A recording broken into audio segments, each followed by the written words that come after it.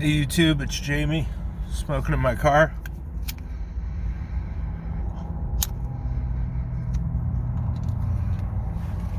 This is a bowl I started this morning on my way in.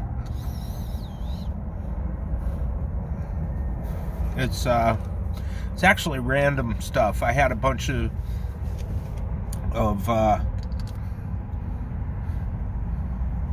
some tins with just a little bit in them that I just threw together. A little random mix, and then I'll just kind of feed it with, throw a little burley in there, throw a little this, a little that. I call it my Rando mix because it's just whatever I have little bits left over, but not enough to make it through a day. Sometimes I luck out and it's really good, Often it's really good. It's often quite nuanced, Even though it's random and there's very little art I'm putting into it, other than trying to balance things out. Do you guys do that? You ever do just a rando mix? Because I like to bring a tin with me, an empty, repurposed, in this case, nightcap tin, with just enough for the day while I'm at work. Here, I'll show you what I got.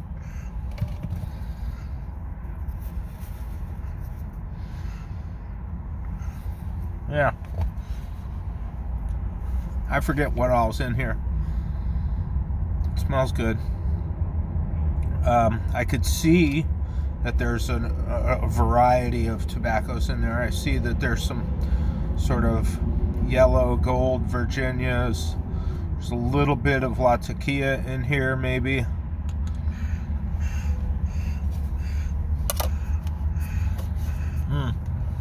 Smoking my just a basket pipe I got at the brick and mortar.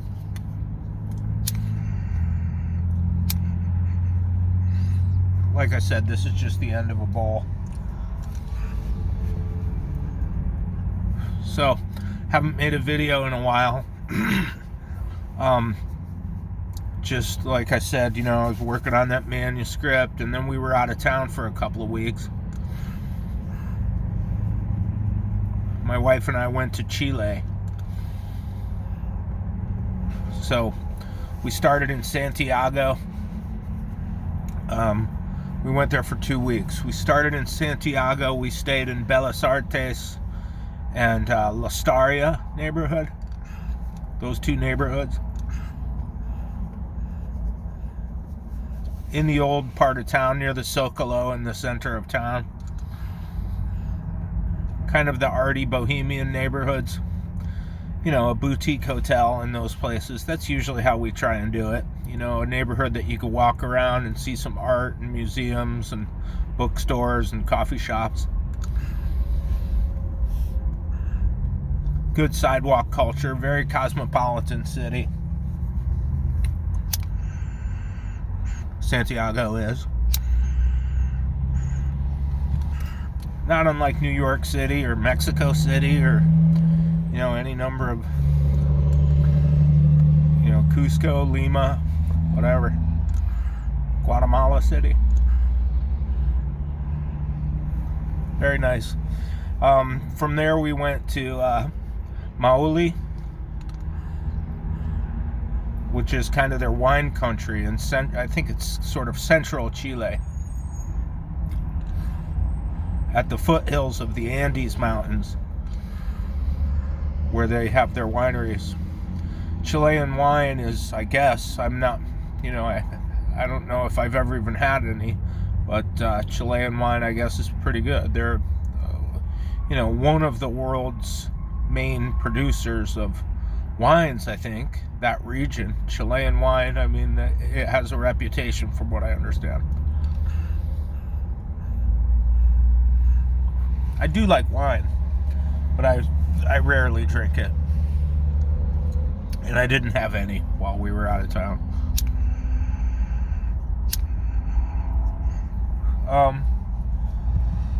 What else? This is beat. So I can't open my door from in here. It's the stupidest thing. My door is like, I have to roll down my window to open my door. It's like the Dukes of Hazzard right now. I can't roll down my driver's side window. Well, I can roll down the window, but I can't open the door from the inside. Like the door handle thing on the inside here. Look, I'm pulling it now. It doesn't open the door. I have to roll down the window, reach out, and open the door from outside. Isn't that ridiculous? It just started happening about a month ago. I got to bring this car to the dealership. It is a 12-year-old car at this point, though. So there could be worse problems. I'm packing another bowl. Could be worse problems. I should show you how I'm packing this bowl too. My technique has totally changed. I just do a gravity pack essentially. I just pinch the tobacco in and start just filling it up. I don't worry about the first one being, tight and the next one a little looser and then real loose on top, or however that is that people do that. I just put tobacco in there until it feels right. And actually, I've been doing that for months and months now.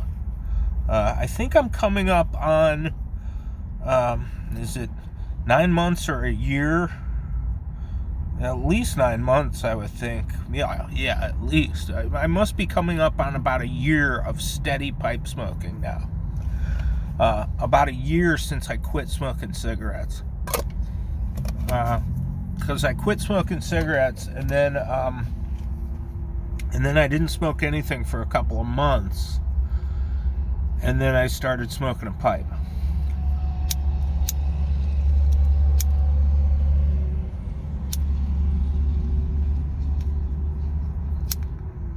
Yeah, I think I'm at about a year of pipe smoking.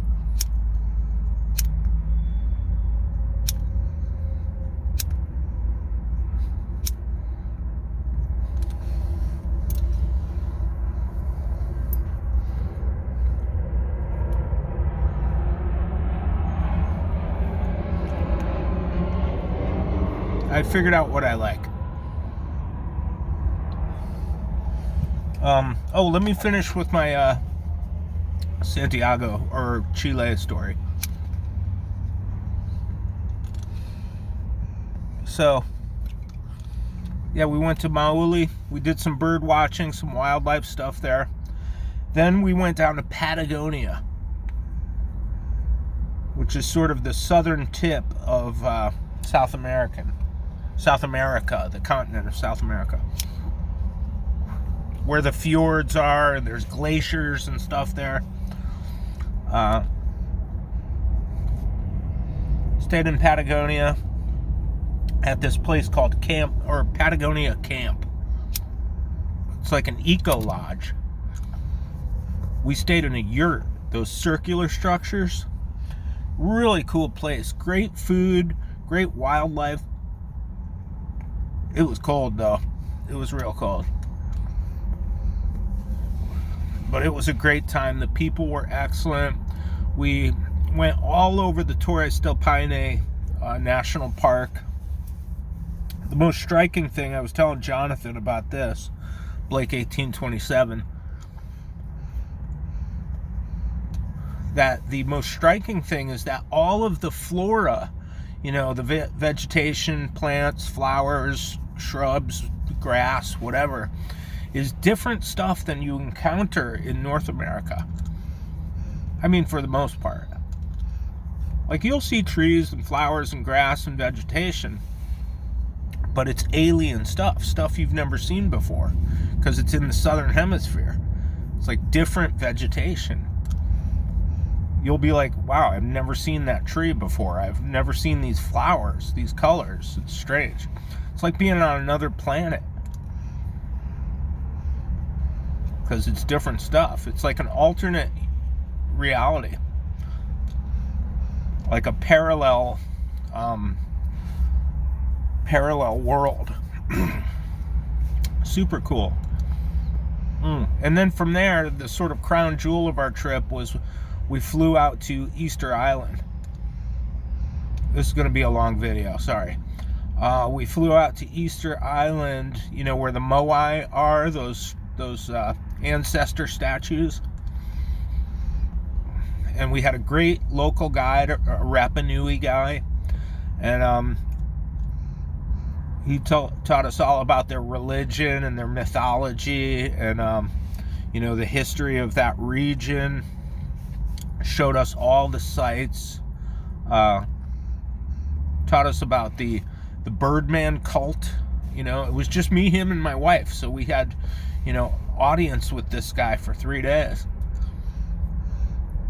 Very knowledgeable. So we learned a lot about Easter Island, their mythology, their culture, their cult religion, and things like that. It was really, really crazy.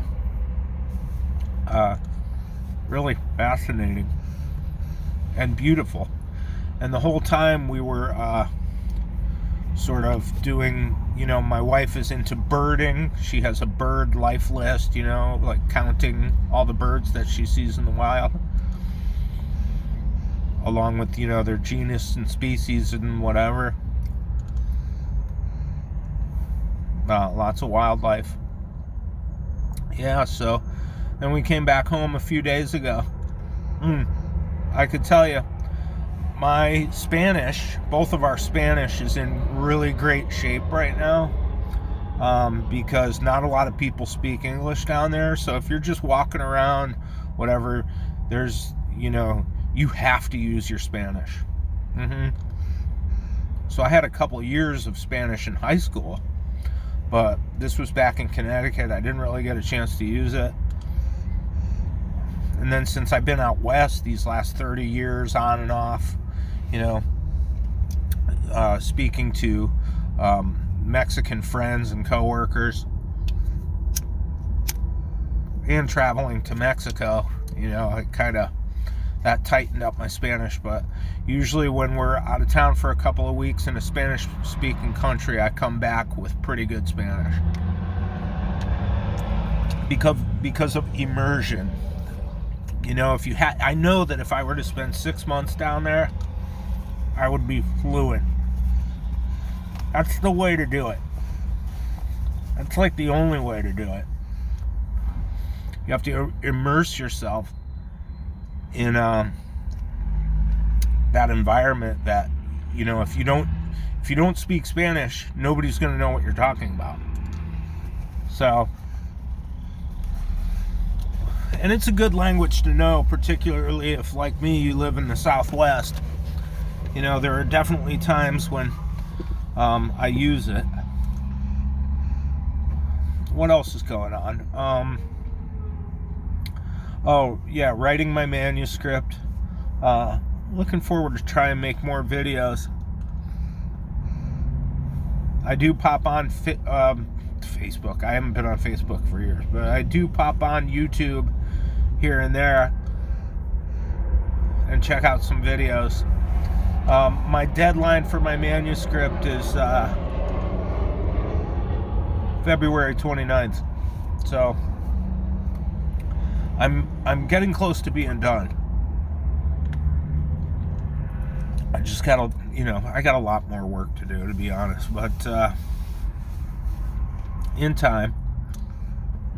I put in an order today on Pipes and Cigars for a Rattray's olive wood Paul pipe, about $125. Also, I bought a tin of Cult Blood Red Moon. I bought a tin of Distinguished Gentleman, an English Arrow crossover, and I bought a tin of Stratford, which is sort of my favorite ribbon cut vapor, ribbon cut vapor that I really like, called Stratford GLPs. Yeah, that's about it. So I hope everybody's doing well. And we'll see you soon. Bye.